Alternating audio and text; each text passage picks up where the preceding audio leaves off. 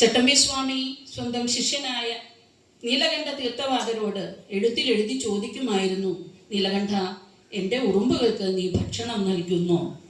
അവർക്ക് സുഖമാണോ എന്ന്.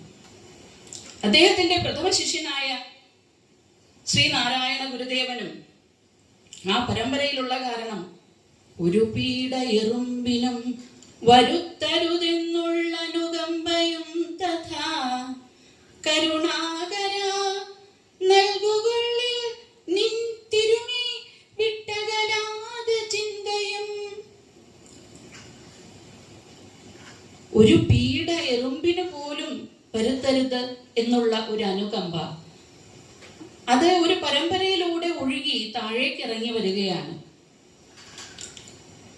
ഗംഗയെ പോലെ നമ്മൾ അതിൻ്റെ പിന്മുറക്കാരാണ് എന്നുള്ള ബോധം നമ്മൾക്കുണ്ടാകണം. അപ്പം ഇവിടെ ഈ തിരുമൈ വിട്ടകലാതെ ചിന്തയുണ്ടെങ്കിലേ അനുകമ്പ നമുക്ക് വരുള്ളൂ, അല്ലാതെ വരില്ല. അതുകൊണ്ടാണ് ആധ്യാത്മികതയും ഭൗതികതയും ഒരേ നാണയത്തിൻ്റെ രണ്ട് വശങ്ങളാണെന്ന് നമ്മൾ പറയുന്നത്. ഇവിടെ അനുകമ്പ ഉണ്ടാകുമ്പോൾ അതിൽ നിരുപാധികമായ സ്നേഹം നമ്മളിൽ ഉണ്ടാകും.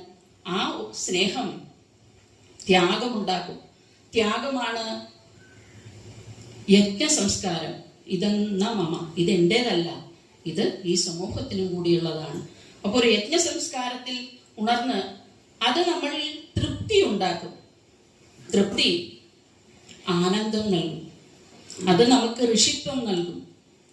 ഒരു ഉപാസകൻ ഈ തലത്തിലെത്തിയാൽ അവൻ്റെ സാധന കൊണ്ടാണ് എത്തുന്നത്.